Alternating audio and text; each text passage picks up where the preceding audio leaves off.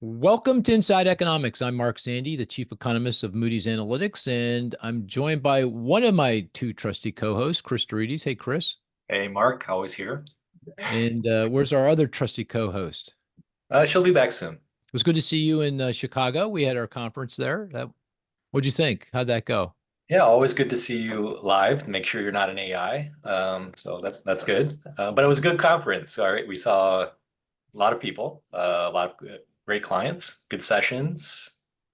I think I won the productivity debate again. So And I beat that's up on always poor good. Dante. And I helped you out there. You did. You did. A little unfair, a little thumb on the scale. Right, right. Well, what did you learn? What's the one thing the top of the list of things that you learned? What was on, what would you call out? We have a lot of commercial real estate folks at that conference in Chicago. And I was, I guess, happily surprised that they're not as dour on the market. Mm, It's still not great, but the general sense is perhaps the very worst is behind us. We'll kind of muddle through here and things will improve. So yeah, that but was those encouraging. CRE folks, they're always predisposed to be on the sunny side, aren't they? I mean, that's kind of in Well, their DNA, to their credit, you that know? industry kind of reinvents itself every Yeah, time, right? They yeah, they go through these cycles and kind of right. figure things out. Yeah, there's a dark period, but then it's followed by, a boom. So yeah, Yeah, it's I encouraging. think I think a principle is never underestimate the creativity of a commercial real estate developer or owner. They always figure it out. So I was hearing Yeah. office buildings are being turned into data centers. Did I get that right? Somebody mentioned that in Yeah. Chicago, I guess there's some. Yeah. And we've got a guest. Hey, Doug. Good to see you. Good to see you. Thanks for having me. Absolutely. Doug Holtz-Eakin, you've been with us now. This is your second visit to Second time. Yes. Yes. and Despite worrying I would never come back. I am here. Yes. good to have you back. Good to have you back. And Sarah, our producer, was telling me that this was 2 years ago. It's hard to believe. It is hard to believe. Yeah. Wow. Right? Yes. You haven't changed. You look great. You look fantastic. I was prematurely old. It's a huge advantage. That's what it is. And the thing is, you're wearing a tie. I haven't seen a tie in like a long time. It's good to see. I am my tie. I wear a tie every day. You do? Every day. Very cool. Because why exactly? Just Habit. habit. I shower, I put on a suit and tie, and I go to the office. I mean, that's what I do. I also have a TV studio in my office. And so I never know for sure if there isn't going to be the chance I'll be asked to go on TV. So I want to look good. Oh, there you go. That makes a lot of sense. That makes a lot of sense. And you were just telling us that before we went on that your office is right across from the World Bank, and a lot of stuff going on out there today because of the World Bank IMF meetings. World Bank IMF meetings, just a ton of protesters. The World Bank always has protesters, but this meeting's a big deal. And the streets filled with people protesting the existence of debt. They want it gone.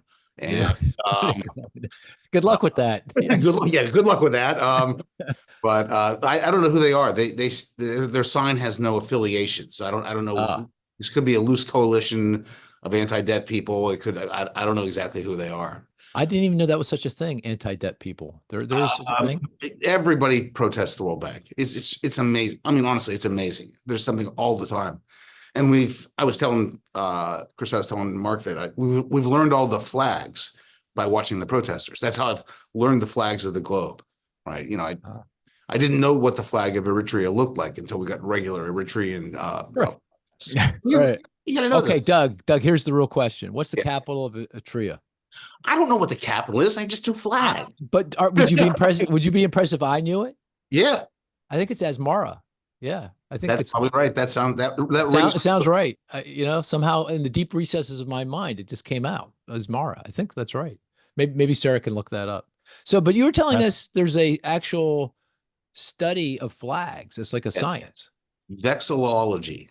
Oh, cool. Almost not say it. Vexillology. Yes. So you could get a master's or maybe even a PhD. Okay. You can get a PhD. I have thought about seeing if I can get credit for my practice and be a professor of practice in vexillology. I think that's great. That's great. Do you have a new It's a favorite bucket flag list. now? I didn't know I had this on my bucket list, but suddenly I realize I do. You were asking Cris? Do you have a new favorite flag after No, observing them all? you know, what I have learned is that there's not a lot of creativity in the national flag business. A lot of reusing the same colors, a lot of Yeah. rearranging of triangles and stripes, you know. Every now and then you get something exotic, but more often it's the same stuff. Pretty Yeah, boring yeah. stuff. I'm partial to Nepal, right? Because they've got those that Right. triangular shape. Yes. Yes. Different Yeah. shapes that stand out. A lot of rectangles in the Yeah, world, you know. Well, let's go back to the more mundane. Oh, and I should say you founded and are would you say the president of the President of the American Action Forum. Yes, I started this think Yeah. tank because I was the policy director in the McCain campaign, which is the same thing as being unemployed in 2000. Right. So this is the result of that.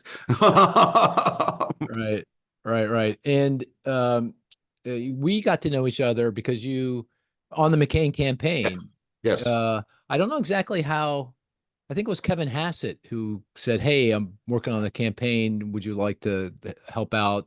We need some help kind of monitoring broader economic conditions." I think he's the guy who ultimately invited me to participate, but got to know you pretty well in that campaign. And in fact, I'd say before that I was pretty under the radar screen, but after that, I made yes, it's true. yeah. You really was very critical to my career, I would have to say. It was very critical to my career. So Kevin was the policy director on the 2000 campaign, and that's why you probably heard from him first. But being the policy director on the McCain campaign in 2007, 2008 changed my career. Yeah. No, Of course, you were also the director of the Congressional Budget Office. Yes. CBO. And what years were you at CBO? 2003 through 2005. 2003 to 2000. So, okay. So that was kind of the Bush years, I guess, right? Those were Bush years, but that's where I met John McCain. He was investigating an Air Force purchase of air refueling tankers. A deal that was ultimately found to be highly corrupt. People went to jail, and he asked us to do a financial analysis of it. And it was pretty Enron-esque. You sort of set up a company in Delaware to buy the planes and then lease them to the Air Force. And when all was said and done, it cost twice what it normally would. So that deal went away. Yeah, he was a great man. Yeah. A wonderful man. Yeah, miss him every it kind of sort of like just got wrong place, wrong time, right? I mean, because the financial crisis came out of nowhere and it just kind of that was very unhelpful. Yeah. Yeah. I think our only major mistake was not holding the election 2 days after the convention. We were up by 5. And if we just held it a day, we were good. Exactly. Yeah. Well, talking about elections, we got to talk about this one. But before we get there, because obviously it's top of mind here.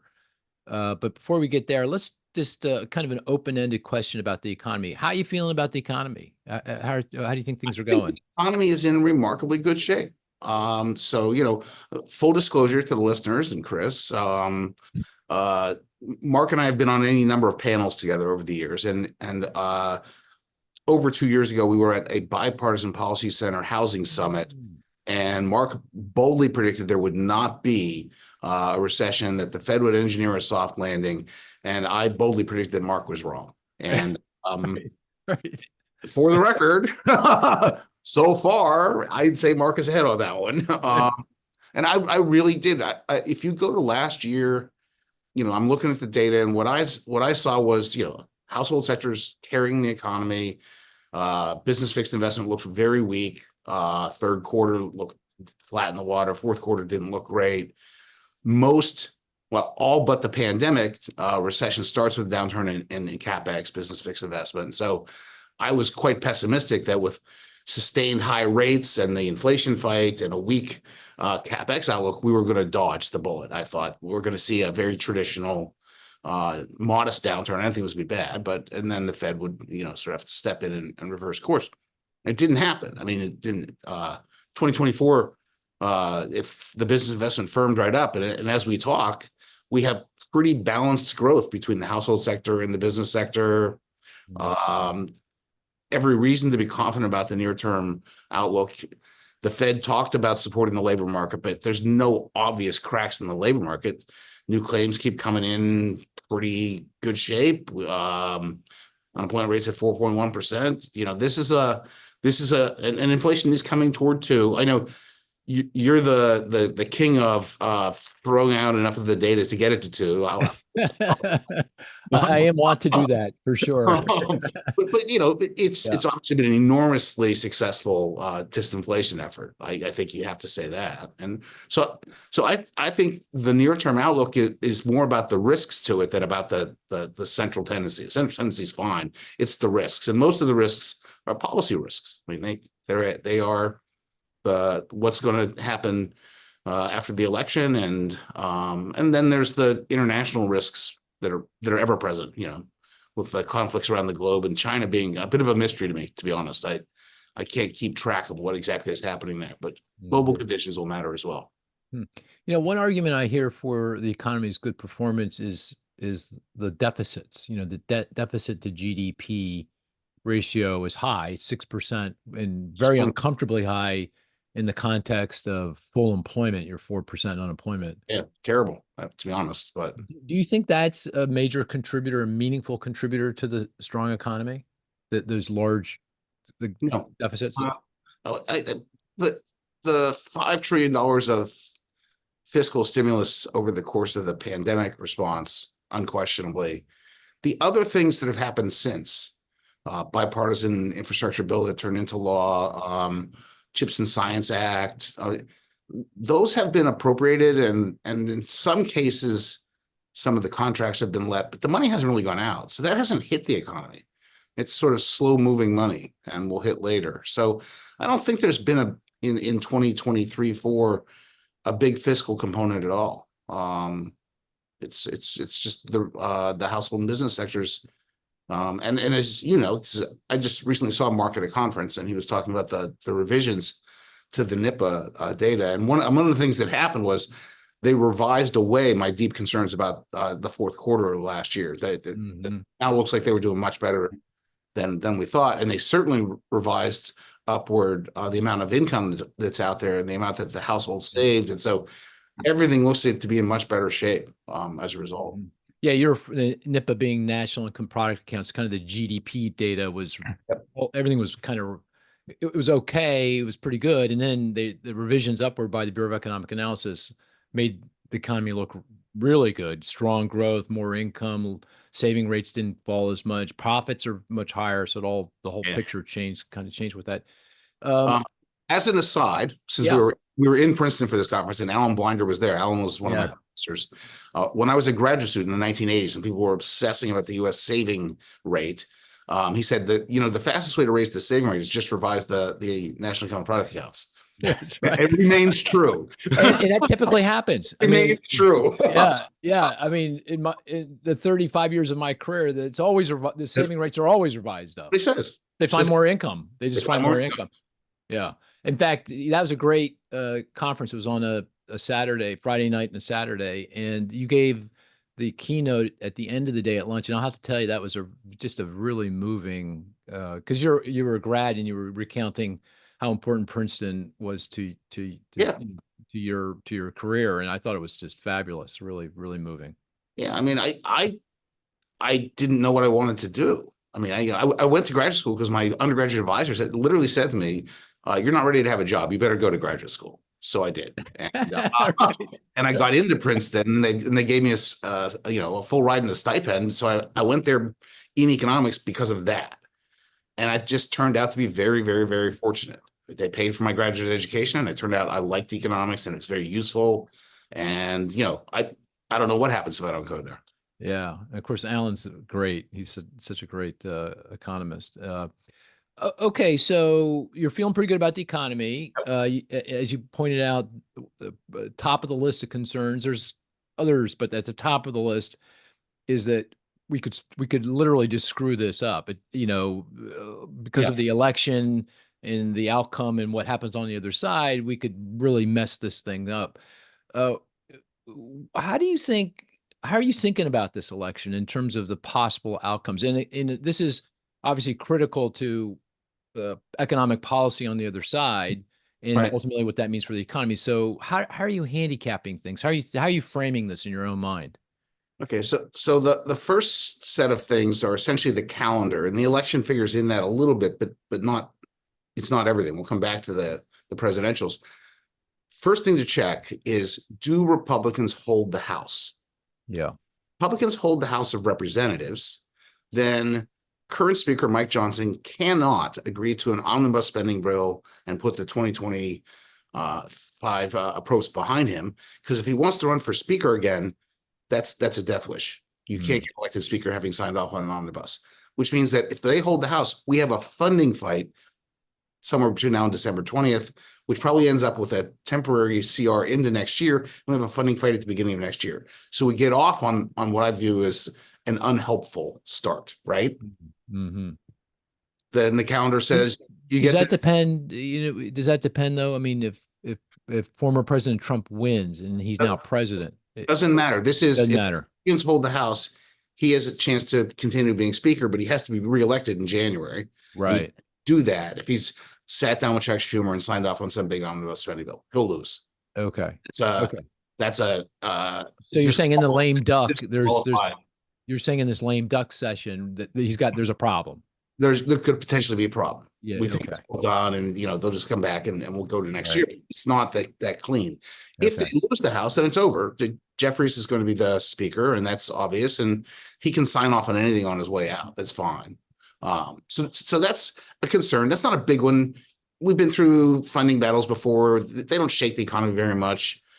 They're a nuisance, but that's political energy that can't be devoted to other things, and there are other things. Next thing up is debt limit, right? That starts 1st of January. We're right back to that.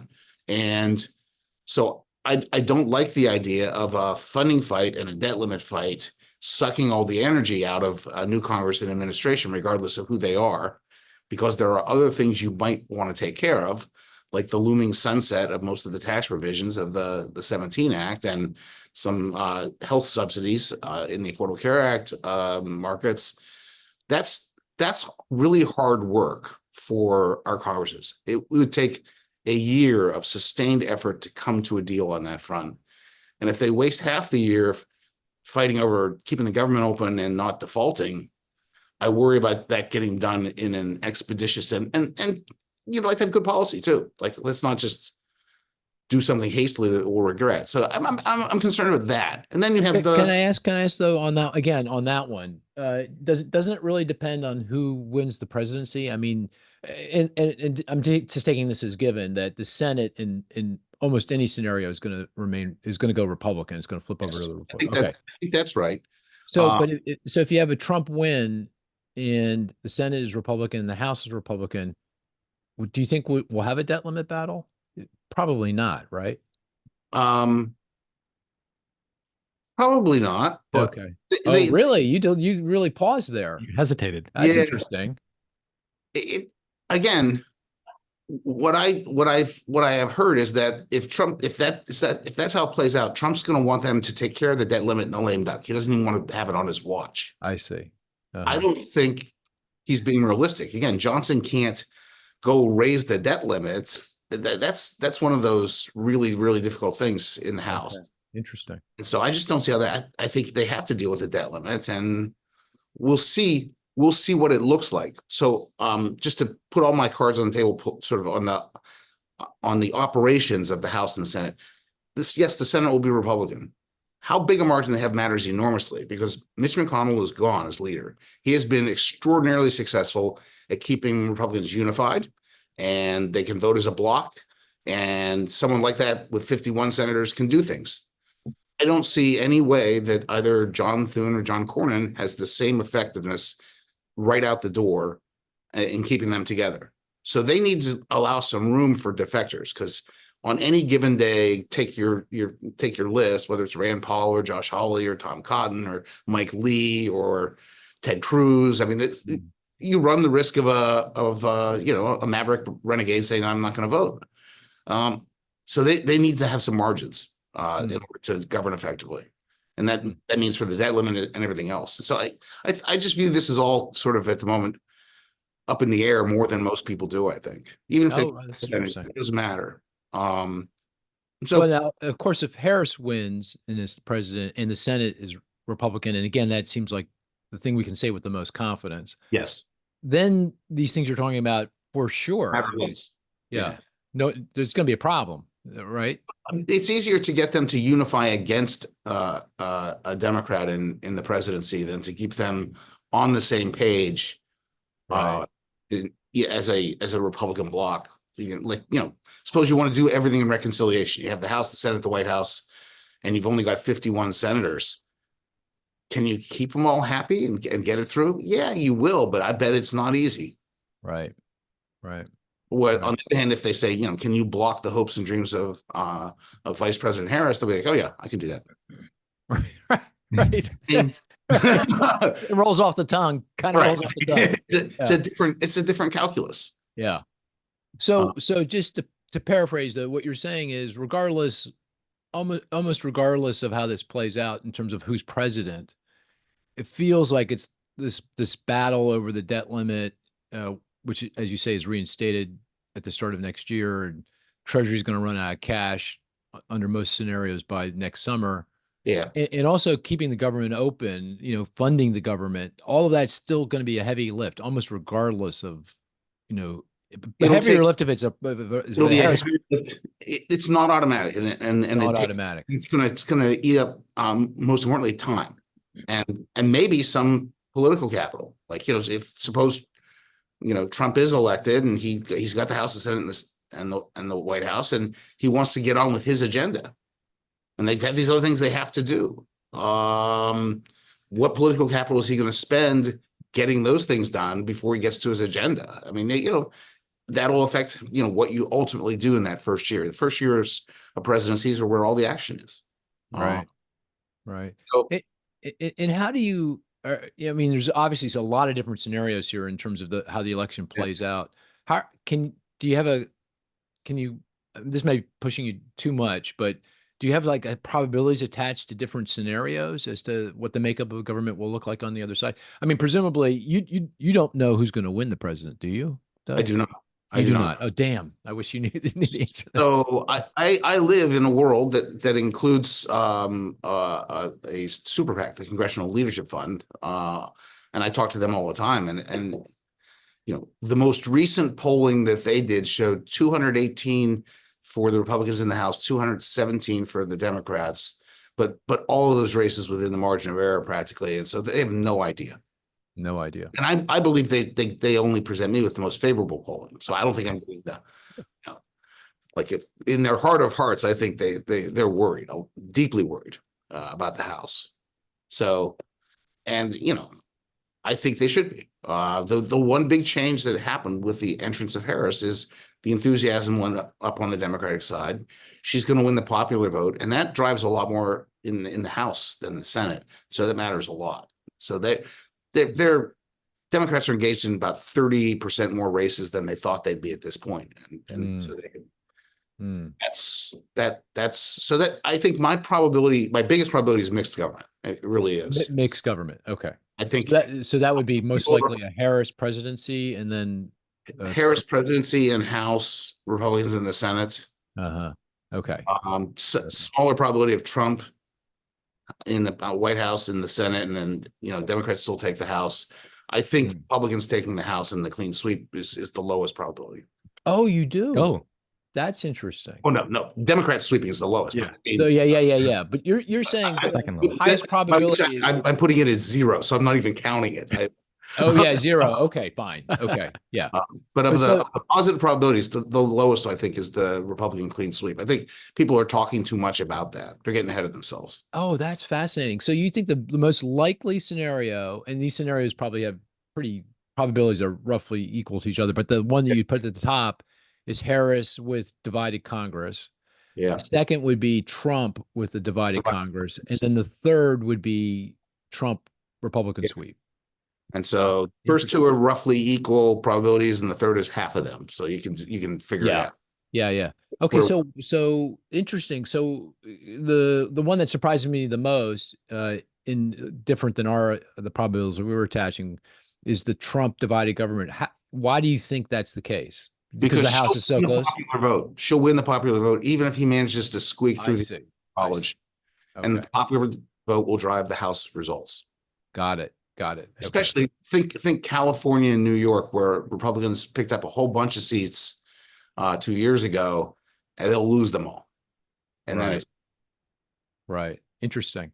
Okay, so those scenarios, which of those scenarios, and again, I might be asking a question that is pushing too hard. Just tell me, Mark, I'm not answering that question. But there's this little button down here that says leave if you yeah, right. Okay, so which of those scenarios results in, for lack of a better term, the best economic policy on the other side? And I say that in the context of the, resulting in the best economic outcome. Which of those scenarios would you feel most comfortable with in terms of the economic result? I guess probably Harris and mixed government. Oh, is that right? Interesting. Yeah, I mean, look, the very big threat is the Trump tariff proposals, and those can be done by executive action. And so the way you reduce that outcome is not have him in office. That's the key. It's not a deep insight. Mixed government produces the worst fiscal outcome because they'll go back to bribing each other. Right. So I'm not happy about that aspect of it. So we're going to have 2 years that just blow out deficits. And then we don't know what. But although a sweep would also, I'm not super happy about a sweep. No, there will be no good fiscal outcomes. Don't get me wrong. Okay, no good fiscal. Right. It's a ranking of bad ones. And so and we'll come back to that later, because I do want to talk about deficits and debt and the economic implications of that. But, I think of Harris as a status quo candidate. She's going to continue. Biden, the proposals that you can point to most dramatically are going to be higher taxes on capital for high income individuals. I'm not a big fan of that. The Senate will stop that. Yeah. So we'll just get sort of more of the same. Yeah, it almost feels like the tax cuts will just be extended, right? I mean, the status, as you said, I think you used the word status quo. Yeah. It just feels like the status quo. Okay, so that's the best the best outcome of all the possible outcomes here. And you're saying you're more uncomfortable with President Trump either in the divided government or in a sweep because of his proposal to significantly increase tariffs and across the board 10 or 20. I don't know exactly what he will do, but he will do something. And that's the one thing I believe. And the other thing will be on the immigration front. I know we'll talk about that later, but I mean, he's so I saw an interesting analysis done by a friend of mine, I'll leave nameless so that but there is a repository of all Trump's campaign speeches, which you can search. And with the magic of AI, he went through and checked for any sentence that said, on my first day, in my first week, in the first 100 days. He looks for all the firsts. Yeah. Okay. Right. And then what came next? So what is it? Because the only way to understand what Trump policy is to listen to him talk. There's no real documentation, no platform or anything. So what does he say? And it turns out that the thing he talks about most is immigration. On my first day, so it's either the deportation or I'm going to close the border. It's immigration related. Tariffs are like 6th. Oh, is that right? Yeah, surprised me.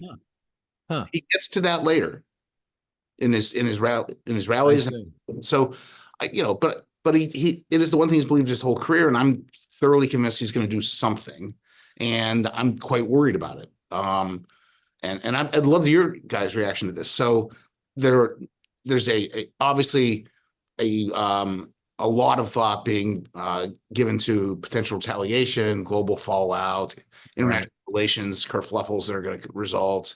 That's what everyone in the here at the World Bank and IMF meetings wants to talk about. I want to know how you think about the Fed.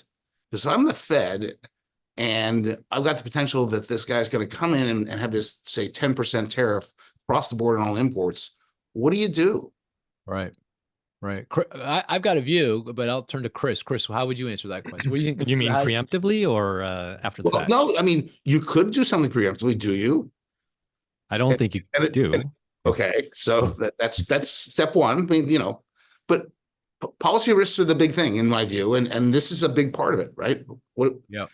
You've had a very successful disinflation. They are where they are. What happens? Yeah, I mean, I think it's a negative supply shock, right? It's like No question. yeah. So you're stuck in between. If you're the Fed, do I respond to the slower growth because the tariffs will result in higher inflation, higher and weaker growth? So what do I do? Do I respond to the weaker growth or do I respond to the higher inflation? Yeah. I think the instinct will be to freeze in place. I'm gonna stop cutting interest rate because I've told everyone I'm cutting rates. I'm on a path to cut rates. Now I'm not going to do that. I'm going to freeze and to see which of these, these countervailing forces prevail, the inflation or the impacts on growth and forestall rate cuts. I don't know that they start raising rates. They only start raising rates if it feels like the higher tariffs and the resulting inflation is becoming more entrenched again in kind of wage price dynamics. Does that sound like a reasonable strategy? I think that's the right analysis, right? Yeah, but it's good, great question. Great question. So you say you're convinced. So the other thing I just want to throw out there is I think the Fed at this point is hypersensitive to its credibility. And so, do you raise rates and look like you had to do a U-turn in fighting inflation? Now, we all know it's the tariffs. And if they're smart, they do it preemptively so it doesn't turn into inflationary tendency. But now it looks like you're doing a U-turn. So you got it wrong again. I don't think they want to look like that. Yeah. I think it's them in a terrible mess. Yeah. Well, while we're on the topic, before I forget, President Trump has also talked about the president having input into the decision-making process of the Federal Reserve. Do you think he really means that, or can he act on that? Should we be worried about that as an issue? I don't think that's a real threat. You don't? Okay. I think that's him, some bluster. He will publicly question the Fed in ways that I don't like and which are not the tradition. He did that when he's in office before. But everything else, he has a lot of influence on the Fed, right? You appoint people subject to Senate confirmation. The Fed chairman has lunch with the Secretary of Treasury, and they can tell the Fed chairman that he or she is an idiot and is endangering their boss's job. And that goes on all the time. And a good Fed chairman then just ignores them and goes back and does their job. And so that'll all go on. The only difference will be he'll be badgering them publicly, and they'll just have to develop a thick skin about it. Okay. So on that one, probably not. On tariffs, he's going to do something. I think so. Probably not 10% across the board, 60% on China, but something that amounts to a significant increase in tariffs. And I think it's the character of the tariff that matters too. I mean, 60% on China actually doesn't keep me awake at night. We've seen the China tariff. We've seen the trade diversion that resulted in the accommodation by our companies that were affected. I think they can run that playbook again. It didn't change China's behavior one bit, so it's kind of pointless. But that'll happen. And it's an across the board. It's a tariff wall. We want to have a unified protectionist view, and they do. And I think that's the difference. And that raises a whole slew of issues about what happens to Canada and Mexico. I mean, USMCA is up for renegotiation in 2026. Mm-hmm. There's a lot that would come out of that kind of a move, and I just think it's a negative risk that we don't need to take, but he seems dead set on pursuing. One argument. There's a sorry, go ahead, Cris. Go ahead. Just a quick question: if there's a violent stock market reaction as a result of tariffs going in, do you see them backing off or he might reversing course pretty quickly, or he reacts to the stock market? He does, and so that's a good observation. It's funny. I forget that sometimes. I actually don't pay any attention to the stock market. I know I'm supposed to. Right. Economists and equities are somehow important. I've read that, but when I'm tracking the economy, I'm looking at the real side, and I'm focused on that. I don't pay too much attention for near-term outlook kind of things on the stock market, but he clearly does. Right. One argument you hear from President Trump and some of those advisors is around tariffs is he goes, "Hey, look, I imposed tariffs in my first term. Nothing bad happened. In fact, I got the China to relent, and I got the USMCA deal done. So I got stuff done and without any economic fallout." What do you think of that argument? How would you think about that? So what did we accomplish with the tariffs? So I was in the Bush White House 2001. We imposed steel tariffs to save the U.S. steel industry. Oh my goodness, here we are 20 years later doing the same thing, still needs saving. Maybe this isn't the solution. So I don't think he changed the trajectory of the U.S. steel industry or the aluminum industry. The Biden administration did a serious review of the China tariffs and concluded that they did not accomplish their intent, which is to change their behavior. Yep. I didn't like that, but they kept them. But I don't see what he got for it. I really don't. So I don't buy that. And the USMCA, I think, was dragged across the finish line by the U.S. business community, despite his sort of lack of leadership to get it done. That was a hard thing to get done. Right. One of the things I point out, just to give you my biases on him, he doesn't have any legislative accomplishments from his time in office. The tax reform was started by Republicans prior to him. Oh, interesting. That was Dave Camp and Paul Ryan and Kevin Brady. They led that effort in the House for years, and House Republicans and Senate Republicans got it done almost despite what the White House was doing. And so I can't think of a single thing where he stood up and said, "This is important to the country. I'm going to ask Congress to do it," and it went through. Mm-hmm. He doesn't do that. So that's why the executive actions are so important. They're not good at working the Congress. I don't think he has the mindset for it. He views them as sort of 6,000 little emperors who are just interfering with his desires, and so he doesn't have the patience to work that system. And of course, tax policy is very complicated. And so that's why I think you're right. Among the really high probability outcomes is they just throw up their hands in exhaustion. Okay, let's extend it till past the next presidential and try again. Right. Or maybe the 2026 election, see how Congress. Yeah. Okay. So tariffs can be done to a significant degree under executive order. They might be challenged in the courts, but that, who knows? I think he'd welcome that. He'll welcome that. Yeah. Yeah. I'll do it. And then how it goes. We'll get them in place, and they're gonna have to make me take them down, and that'll take a long time. Yeah. The other policy, which you pointed out, was at the top of the things he's talking about is immigration policy. That must drive you crazy as well, right? Because this is an area that you do a lot of work. I know you've done over the years. And so it's real clear from, if you look at the demography and the longer term outlook, immigration is everything. Like the native born population has sub-replacement fertility. We only grow in the aggregates through our immigration decisions. We also then get to pick the composition of the population in the labor force. That is an enormously powerful tool of economic policy if it's deployed effectively. And we've chosen to not. And he wants to go the other way and have less immigration. And that's a recipe to be, a bad old Japan, getting old, small, and having a less vibrant economy. I don't see that as a good idea at all. So I am worried about that. And that's on the legal immigration. How do you, how many and what kind of visas do you grant? Nobody should support illegal immigration. How you deal with that is a whole separate bucket of policy issues. But that legal immigration system is a big deal. And I would say this, this is my view of one of the things that went on in 2023. We get this enormously beneficial set of supply shocks.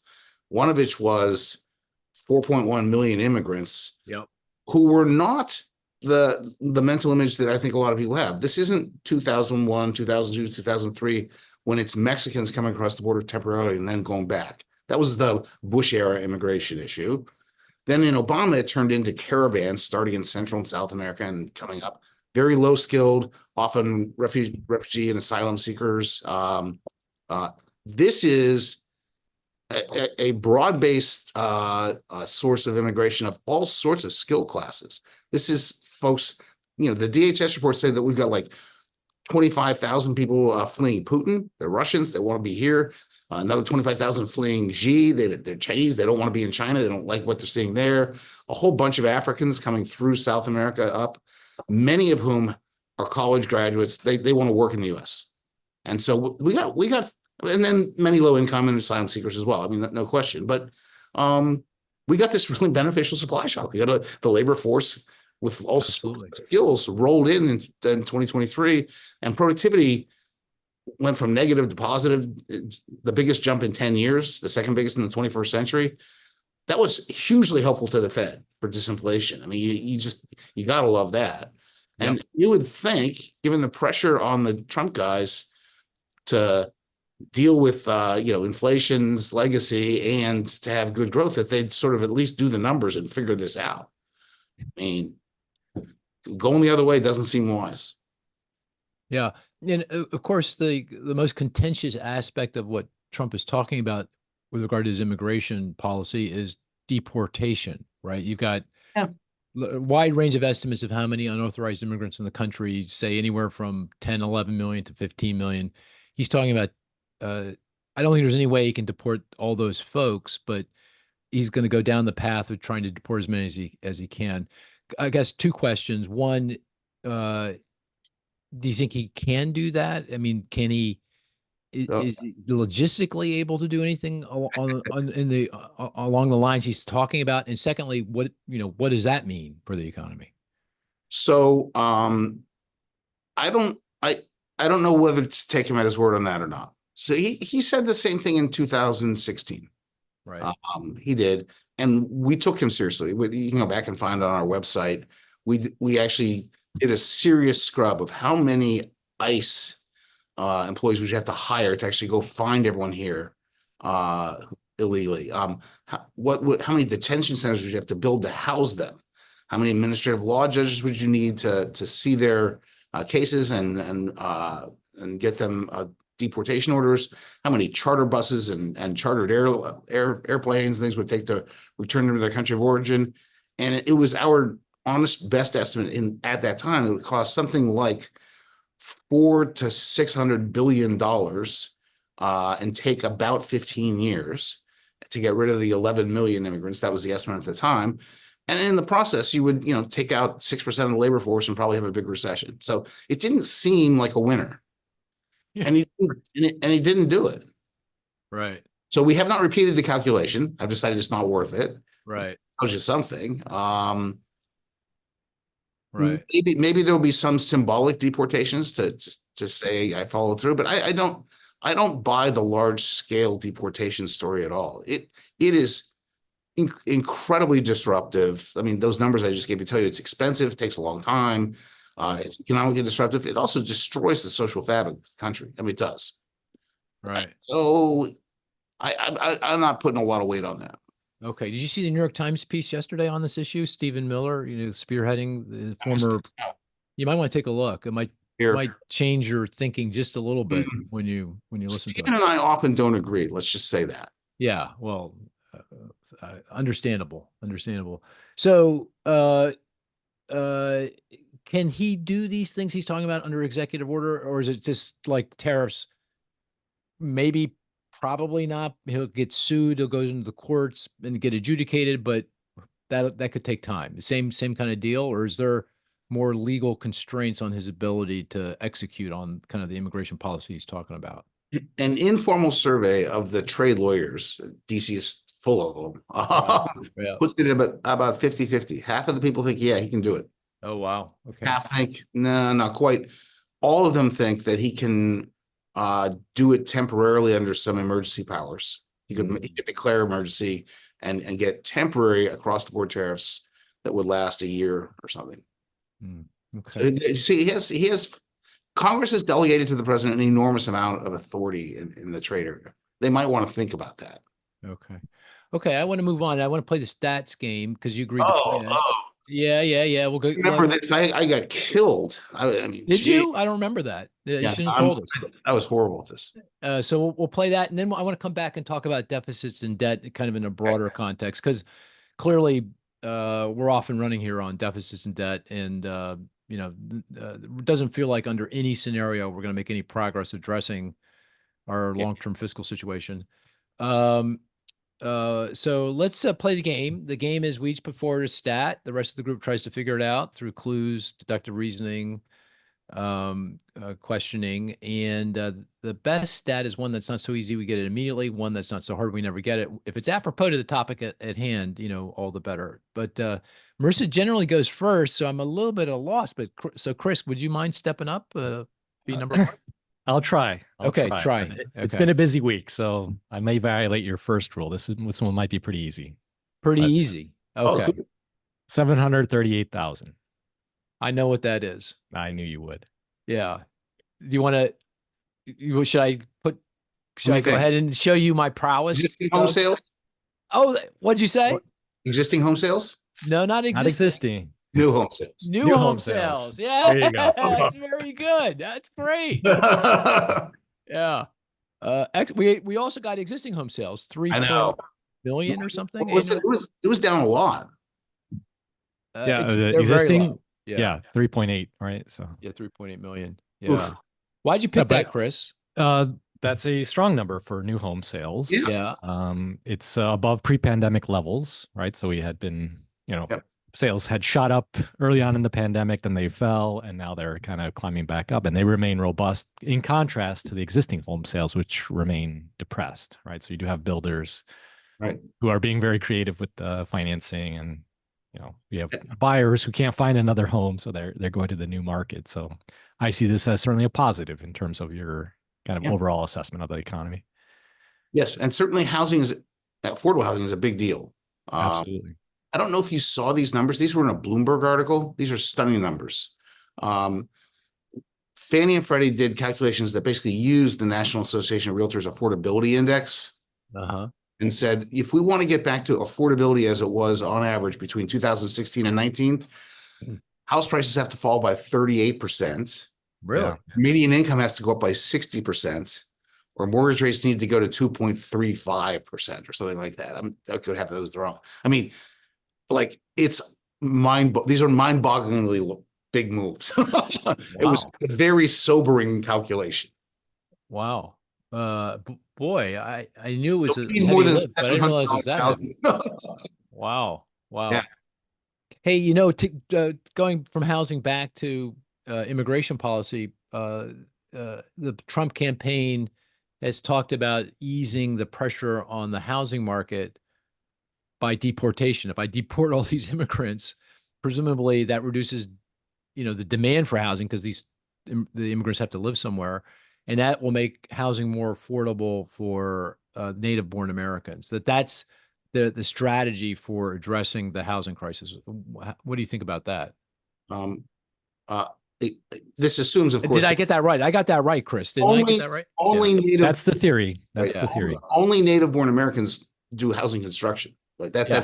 That's the key, right? Yeah. Like there are two sides to this market: the supply and demand, and just looking at one side never gets you very far. I don't think that's going to work. Yeah. Well, here's a stat: 30% of construction workers are foreign-born. 30%, the highest of any industry, construction. So if you're kicking out immigrants, you're kicking out the guys who are going to and women who are going to be building the homes. Yeah. Okay. All right. I gotcha. 738. Oh, I thought, Cris, the one reason, at least in my mind, why we've seen new home sales hang in better than existing is because new home sale prices have actually effectively been cut, that builders are offering interest rate buy down deals. So effectively that we've seen a 10 to 15% price cut on new homes.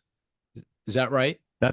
That's right. So the builders can offer better financial terms. They can buy down the interest rates. And you've also seen the builders kind of responding. They're they're building more affordable homes, or they're not sticking with the multi-million-dollar homes. Certainly, they are building more townhomes, or trying to address the affordability in other ways. Okay, good one. Doug, you want to go next? Sure. 1.7 trillion. It's not the deficit, is it? No, because that's 1.83 trillion. Yeah.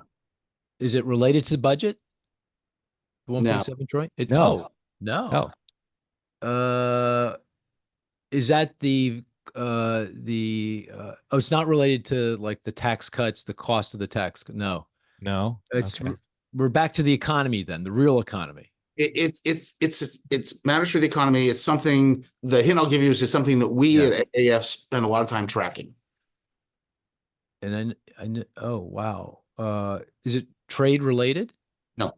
Is it No. immigration related? No. Huh. It's not budget related. It's not tax related. Here's the other tip. It is Yeah. probably the biggest difference between the two candidates for president. Spending related? Not spending. Oh, The biggest difference between the two candidates. But I keep coming back to tax policy. It's not related to tax policy. no. Put us out of our misery, Doug. What is it? We should know, I'm sure. 1.7 trillion is the total to date of regulatory costs imposed on the economy by the Biden administration. Oh. How did you calculate that? That's interesting. Keep track of every regulation issued by the federal government. Right. And the agency, if it's a major regulation, the agency is responsible for delivering an estimate of the burden imposed on the private sector, the burden cost, and we add them up. So Obama in 8 years did $190 billion of regulatory costs. How much? 890, 100 billion a year. Okay. The Biden administration has done 1.7 trillion already. Interesting. And is that? And Trump did in 4 years, 40. And all of that was in response to the pandemic. He was at zero net after 3 years. Oh, no, that's interesting. So when he talks about regulations and deregulating stuff, that's a real difference. The way they ran things, and it's one of the least, I think, appreciated features of the economic landscape that's at play in the election. Well, What's totally. It costliest wasn't on my radar screen. Is it one set of regulations, or is it just under Biden? Or is it a broad set of regulations? They're across the board. They've been busy everywhere. So it's not any single thing, but climate stuff is a big change, no question. So they have, for example, a cafe rule, Right. which is designed to drive gasoline powered cars into extinction. That turns out to be expensive. And so that one jumps out. You sort of know about that, but it's a lot of stuff.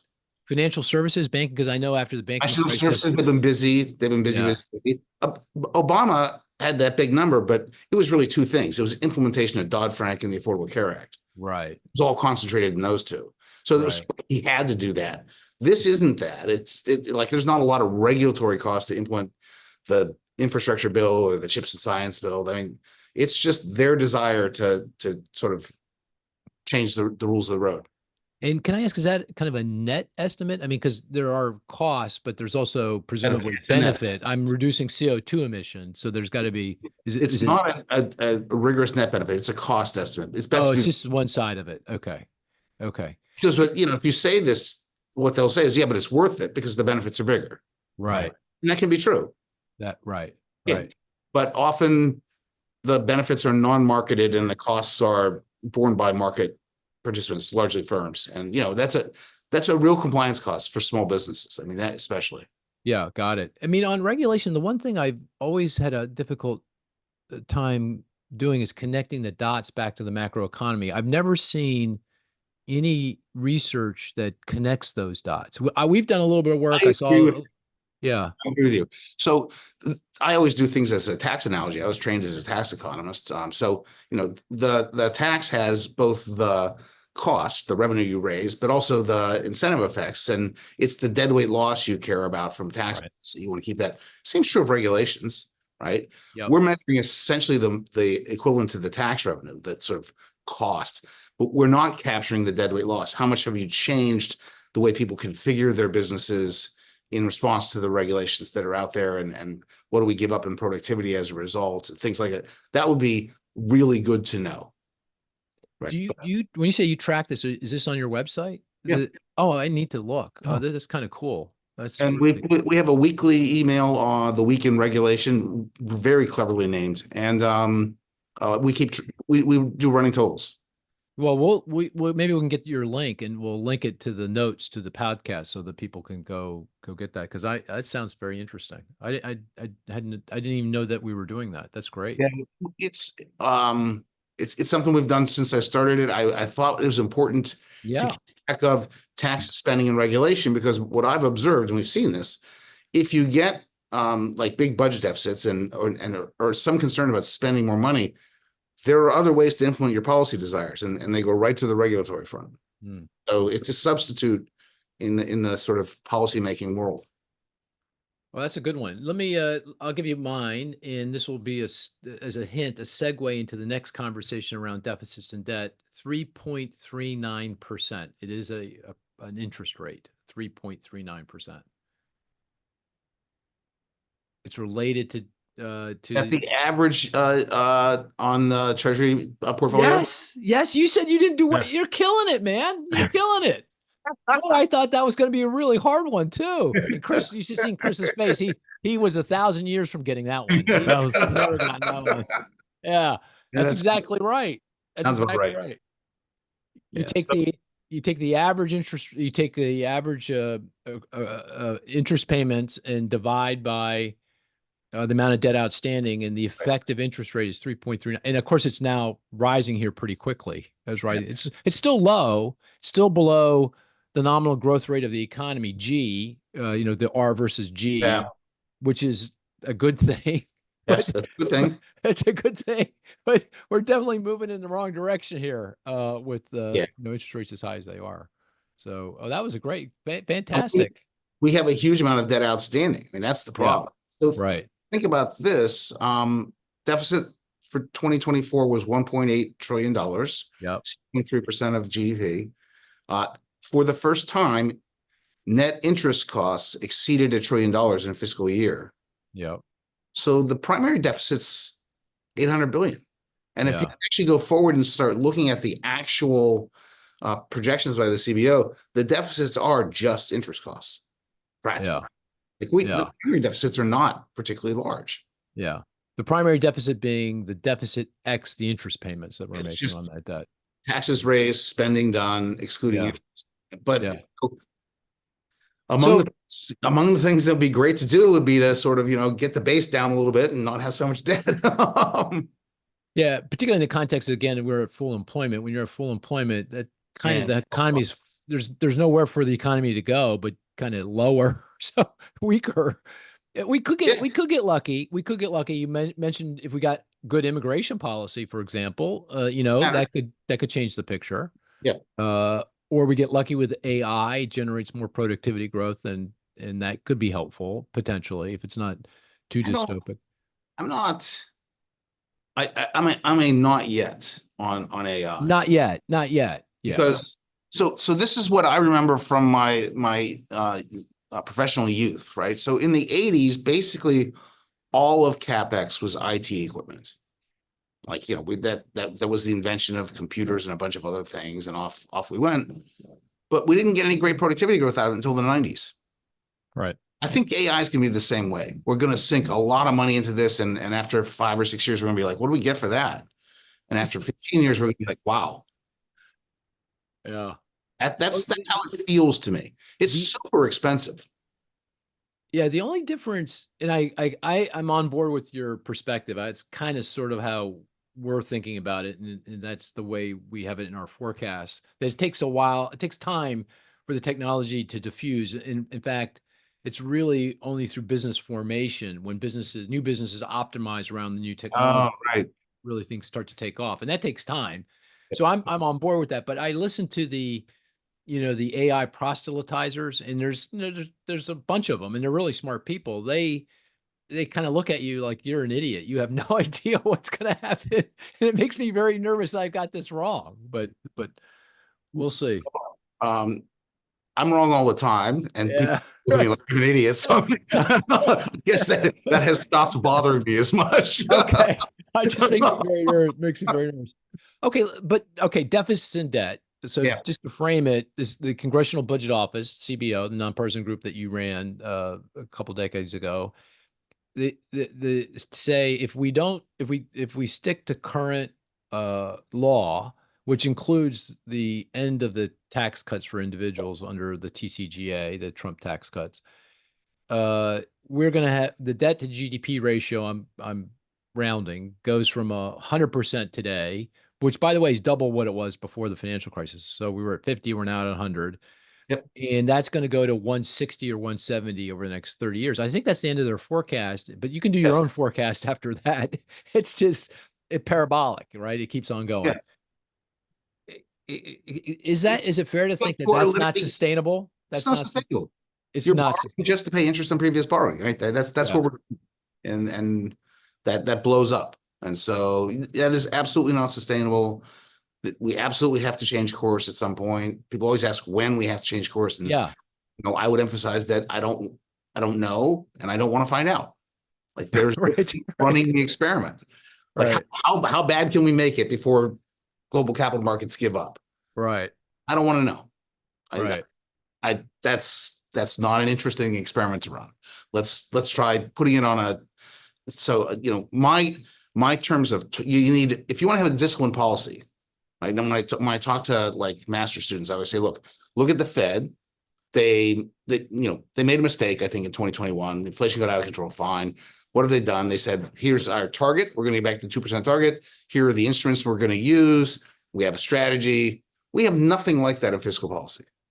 Like nothing. So what is the target? And what instruments are you going to use? Taxes or spending? Like there's no agreement. There's no, we're just lost as a nation. So I think the near-term target should be stabilize debt relative to GDP and point it south just a little bit. Doesn't have to fall dramatically, but take off the table any fears of sovereign debt crisis, loss of faith in the dollar, all those things you hear so much chatter about. Do that. And then you have just a serious value judgment of how far do you want to go back? Because it's just intergenerational equity issue at that point. You're going south, and do you take it back to 30%, which is where we were when we entered the 21st century? My answer would be yes. I think we should do that, but that's a long way off. It'd take a long time to get there.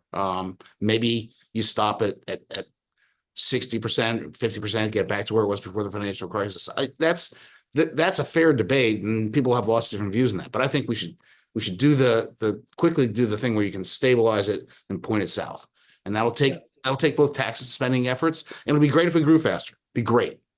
So is that possible though, Doug? Without a crisis, I mean, it just doesn't feel like lawmakers can generate the political will to, because those are tough things you're talking about. Spending restraint, maybe even cuts, and tax increases. I mean, that takes a lot of political courage and will. And how can we do that unless there's some forcing mechanism? What's the forcing mechanism for going down that path?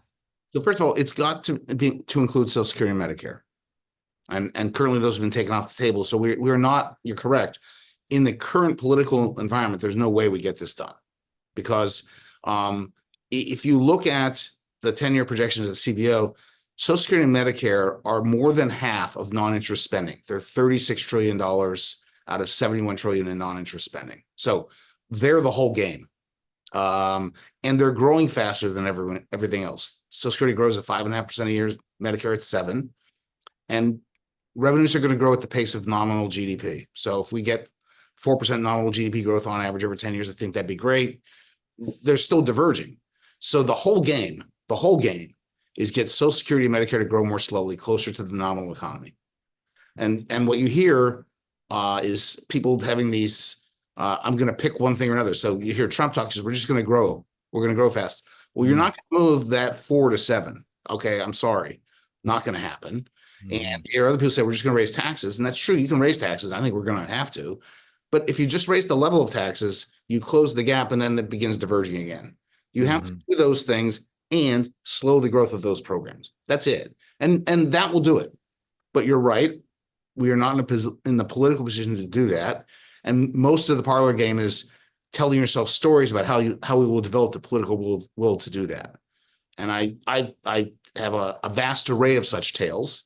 This is 1,001 Arabian Nights for economists. I mean, I can just but I think the key is that, just as there will be forcing action on the tax cuts next year, there is forcing action on Medicare, a trust fund exhausts, on Social Security, a trust fund exhausts. And so something has to happen in the next decade.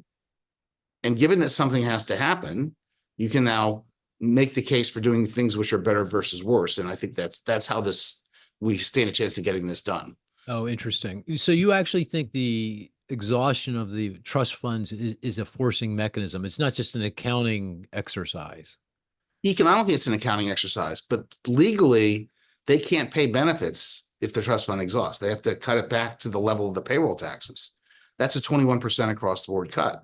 So they have to change the law, which is the Social Security law, and you can't change Social Security law in reconciliation. So they have to do it in regular order with both parties signing off. And that means they have to agree to, hold hands and jump off the cliff. And that's what we need. I tell people this, and if you think about it, we know that they're never going to let the cut happen. So even if they wait till way late, they're not going to let it actually happen. That means they will do Social Security reform somewhere in the next 10 years. And that means that if you're 55 and want to retire in 10 years, you don't know what your benefit is because you don't know what the Congress is actually going to do. And that's a terrible way to run a pension program. And I think as you march toward the exhaustion date and more people are in the position of saying, I would like to retire and I don't know what I'm going to get, they're going to start hearing that. And when the town hall is, you're going to lose your job if you don't fix Social Security, that's completely different than you're going to lose your job if you touch Social Security. And that's what you have to have happen. You have to have something change on the ground. Actually, that's a kind of a hopeful kind of. Oh, I'm Mr. Optimist. I mean, it feels like that's a kind of, a way to address the fundamental issues, right? Okay. We have a lot of deficits, but Social Security is $3 trillion of cash flow deficits over the next 10 years. It's a real issue. Yeah. Right. Right. Well, I wanted to try one other. And when we talk about crises, correct me if I'm wrong, but what you're talking about is bond investors, the folks that are buying this debt, throw up. They say, look, you guys, I don't think you're going to be in a position to pay me, at least not pay me on time at some point down the road, particularly in the context of all the governance problems you got, debt limits and budget battles and government shutdowns. You're going to mess up at some point. I'm not going to get a check when you told me I'm going to get a check. Therefore, you got to pay me a much higher interest rate. And then that starts to feed on itself, as you say, or forcing rises above G. And then this becomes things start to explode. That's the crisis you're talking about. Right. Okay. I would prefer to not have that. Prefer not to have that. I think the appropriate crisis to have is the loss of some congressman's job. That's a real crisis in some congressman's. Got it. Let's do it that way. Got it. Let me just because I've got you and very much value your perspective.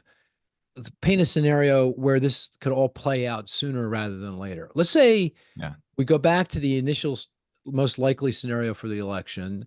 Harris wins divided Congress. We get into next year, the debt limit's reinstated. We get into a pitched battle over the debt limit. The Treasury can't issue debt, until the limits reinstated or increased. At the same time, the Fed's exiting out of the bond market, Treasury market, right? Because there's quantitative tightening, and that other central banks are not coming in. The Chinese definitely are not coming in. The Japanese are pulling away because they've got now a positive interest rate on their own debt. Yep. And those are the two big players globally. Banks are kind of out of the game because of the problems they had last year, and their security portfolios are upside down. So hedge funds are coming in and filling the void, and they're very price sensitive. They're there when times are good. They're out of there en masse when times are bad. When they throw up on something bad, markets freeze. so you got this kind of confluence of things that are, kind of coming together by the summer of next year when the Treasury is going to run out of cash. And you could, I have no inside information here, but not inconceivable. You see more rating downgrades, and that could become more of an issue because I think that's highly possible. Yeah. Again, I have no inside information. I'm just saying, look, given what's going on here and all in the budget trajectory, we could have that crisis, here's the other thing. It's in all likelihood, the lawmakers will ultimately agree to something on the debt limit before we go over, presumably. But when that happens, the Treasury is going to come into the market with trillions of dollars of. They have a whole bunch to roll over early next year. Yes. It's a mess. That's how they got out of the last debt limit. They pulled everything to short-term maturities to get out of it. But this case, they can only go down that path, take that road once. So here you are, the bond market is a complete mess at that point. Does that sound like a plausible scenario? Yeah. So the scenarios that I laid out are political scenarios. Yeah. And the political pressure is going to build slowly. Anything that's going to happen quicker is going to have to involve sharp economic pain. And I hate to say that out loud, but it's probably true.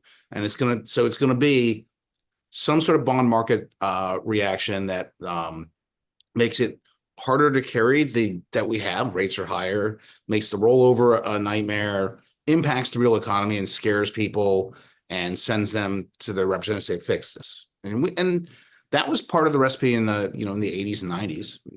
That was there.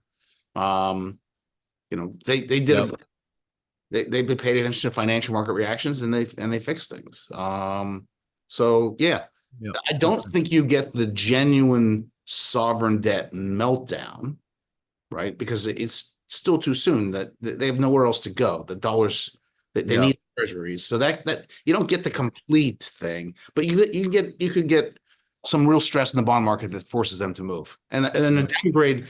The downgrade is over our ability to manage our finances, which is downgrading us on our politics. Well, that seems like a real likelihood going forward. No brainer. Yeah. Okay. All right. Well, I've kept you long enough. You covered a boatload of ground. I really appreciate it. Anything I miss, Cris, that you want to bring up with Doug? I kind of monopolized the conversation. I apologize, but anything? No, I think you covered it all. Hey, Doug, anything you want to say that I just want to say thanks for having me. I appreciate it. Okay. Honestly, You're great. You're fun the to best. have a reasoned and in-depth conversation about the things that we do every day, because not every conversation is that way. So, you're so kind. I really appreciate it. And I really appreciate, our friendship and our collaboration over the years. So thank you so much for that. Likewise. And this Cris guy seems okay too. So hold on. Yeah, he's not bad. He's not bad. He's not bad. And you think Marissa wasn't here, but next time. Okay. Yeah, absolutely. Thanks, Doug. All right. And dear listener, I hope you enjoyed the conversation, and we'll talk to you next week. Take care now.